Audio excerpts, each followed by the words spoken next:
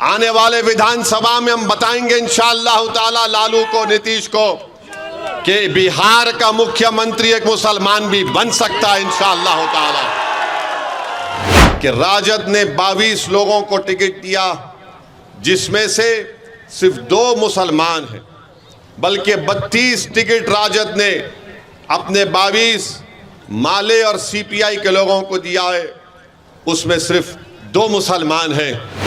17% मुसलमानों की बिहार में आबादी है और 2 टिकट दिए जाते हैं। और गाली किसको देते हैं? ओवैसी को और अख्तरुल ईमान को, कि ये लोग वोट काटने आए हैं। इंसाफ उस वक्त होगा मेरे भाई जब आप वोट डालेंगे मयम पार्टी को, जब आप अपनी लीडरशिप को पैदा करेंगे। कब हमारी जिंदगी का शमा गुल हो जाए, मगर ये लड़ाई तुम्हारे लिए लड़ी जा रही है ताकि आने वाले कल में तुम किसी की गुलामी ना कर सको। तुम खड़े होकर नेता बनो, तुम पार्लियामेंट में जाओ, तुम बिहार की विधानसभा में जाओ और जाकर अपने इंसाफ की लड़ाई लड़ो। काराकाट की जनता ये समझ रही है कि मैं सिर्फ जज्बाती नारे लगाने से मुझे इंसाफ मिल जाएगा। मैं ओवैसी के सभा में आकर ठहर कर उनकी तकरीर को सुनकर अगर चला जाऊंगा तो मुझसे इंसाफ हो जाएगा। नहीं मेरे दोस्तों, मैं लालू यादव और उनके परिवार को अपना नेता नहीं मानता।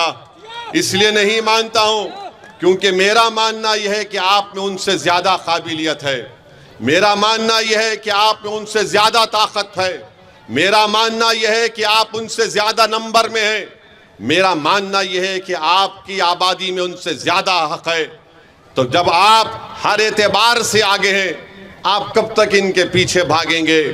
आप बताइए कि राजद ने 22 लोगों को टिकट दिया, जिसमें से सिर्फ 2 मुसलमान हैं, बल्कि 32 टिकट राजद ने अपने 22 माले और सीपीआई के लोगों को दिया है, उसमें सिर्फ 2 मुसलमान हैं।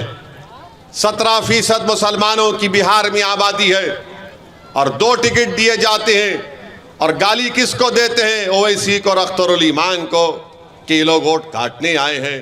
अरे तुमको सिर्फ 2 नजर आए और अपने परिवार से तुमने 2-2 अपनी बेटियों को टिकट दे दिया। तुमने 2-2 अपनी बेटियों को टिकट दे दिया। बताओ मेरे अजीज दोस्तों और बुजुर्गों, इससे ज्यादा बेइज्जती और क्या हमारी हो सकती है? आपने अभी अख्तरुल ईमान की तकरीर में सुना कि कितनी नौकरियों से हमको हाथ धोना पड़ा। हमारी आबादी में 2 करोड़ हम आबादी में और नौकरी हमको नहीं दी जाती है। तो बताओ ये कैसे इंसाफ होगा? अगर काराकाट की जनता ये समझ रही है कि मैं सिर्फ जज्बाती नारे लगाने से मुझे इंसाफ मिल जाएगा, मैं ओवैसी के सभा में आकर ठहर कर उनकी तकरीर को सुनकर अगर चला जाऊंगा तो मुझसे इंसाफ हो जाएगा।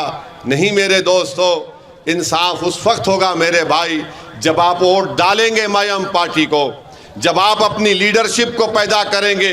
ये जो लड़ाई हम और अख्तरुल ईमान और इंजीनियर आफ्ताब साहब, हैबर साहब और ददन पहलवान लड़ रहे हैं, ये लड़ाई आपके लिए लड़ रहे हैं, इन नौजवानों के लिए लड़ रहे हैं, इन मासूम बच्चों के लिए लड़ रहे हैं, क्योंकि आने वाला कल आपका होगा।